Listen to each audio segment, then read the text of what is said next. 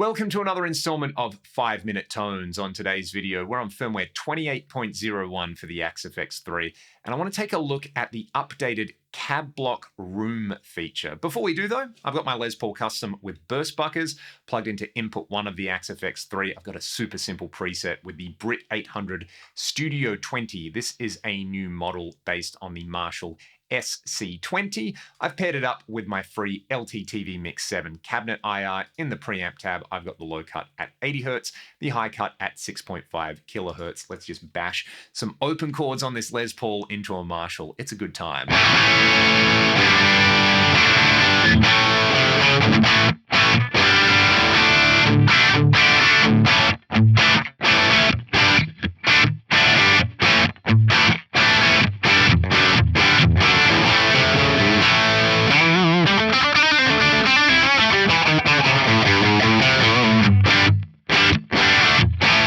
That sounds the way you would expect a close mic'd amplifier to sound. It's very dry, however, and a classic recording technique is to blend in some room microphones. You can emulate this in a couple of different ways. On the Axe-FX, there are full res IRs that you can load into different cabinet slots and blend in a little bit. They're basically IRs of room microphones. However, you can also go to the room/air tab over here and use this room level. You can set the size of the room shape between a hall and a standard room, and play around with things like the floor reflections, room diffusion, and a bunch of other features in there.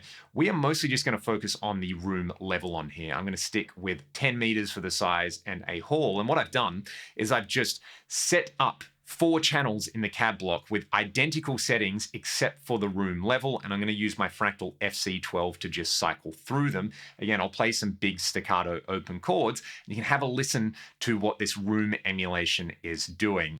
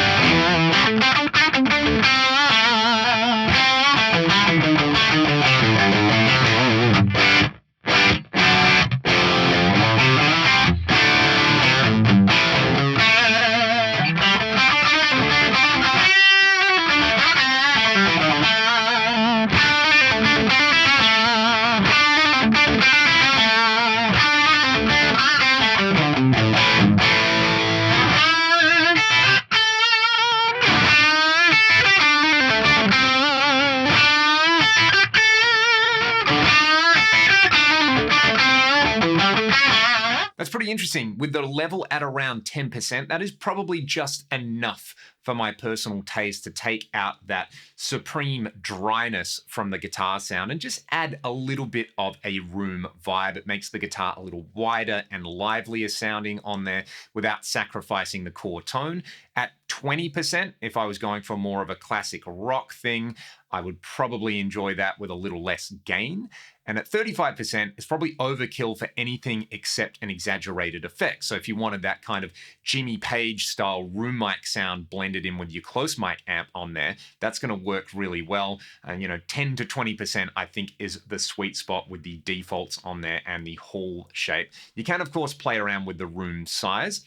I would say if I was playing on headphones, like 20% room level with the room size turned up a little bit would be a really nice way, again, to just add some space and take the supreme dryness, as I called it before. It feels like the guitar is right here in your ears. It's actually just going to push it out a little bit. It's going to be a little bit more like actually playing something in a room. Of course, an IR through an FRFR is never going to sound like a guitar speaker cabinet in a room because physics, but this can be a great little tweak to add on there. And again, you can use it as an exaggerated effect, as I said before. Let's Leave it at 20% so we can really hear it and hear the difference between the hall and the room on there.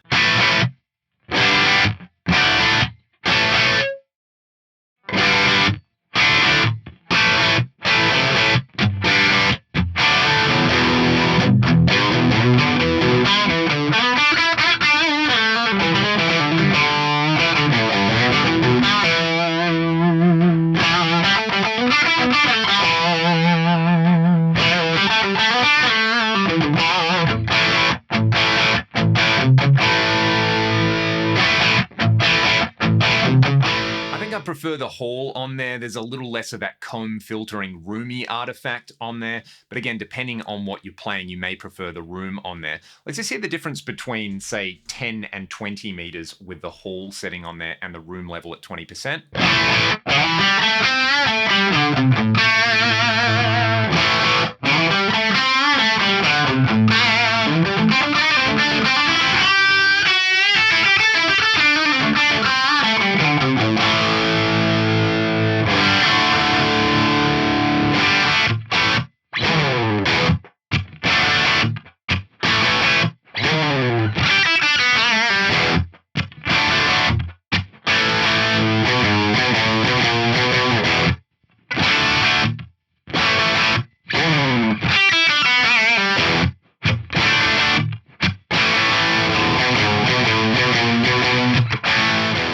The room size gets on there, the lower I personally want the level on there if I'm going to be using it as an enhancer or to add some depth to the guitar sound. But again, you can use all of this to taste. Another way you could do this, of course, would be using the early reflections in the reverb block. It does require you to use a reverb block, though I think, again, somewhere in that 10 to 20% range with basically the stock settings works really, really well. It's a great way to add some liveliness to your guitar sound. And of course, you've still got other features like the preamp tab in the amp block if you wanted to emulate a microphone preamp or some tape saturation in there and really fine tune the guitar sound. What I actually really like is basically just 10% on the room level, 10 meters for the room size, and then chucking on a little bit of stereo detune with a low mix at the end of the chain on there. And this is a pretty cool way to get that like early 80s rock guitar sound on there, where you had the advent of advanced recording techniques where people were pretty clued on to how to close mic amps and blend them with room sounds, but also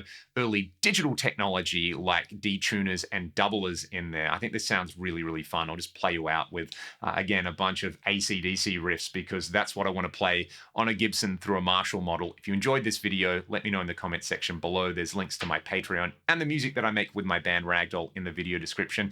Try out these cab block room tricks and let me know how you like them. I'll see you on the next one.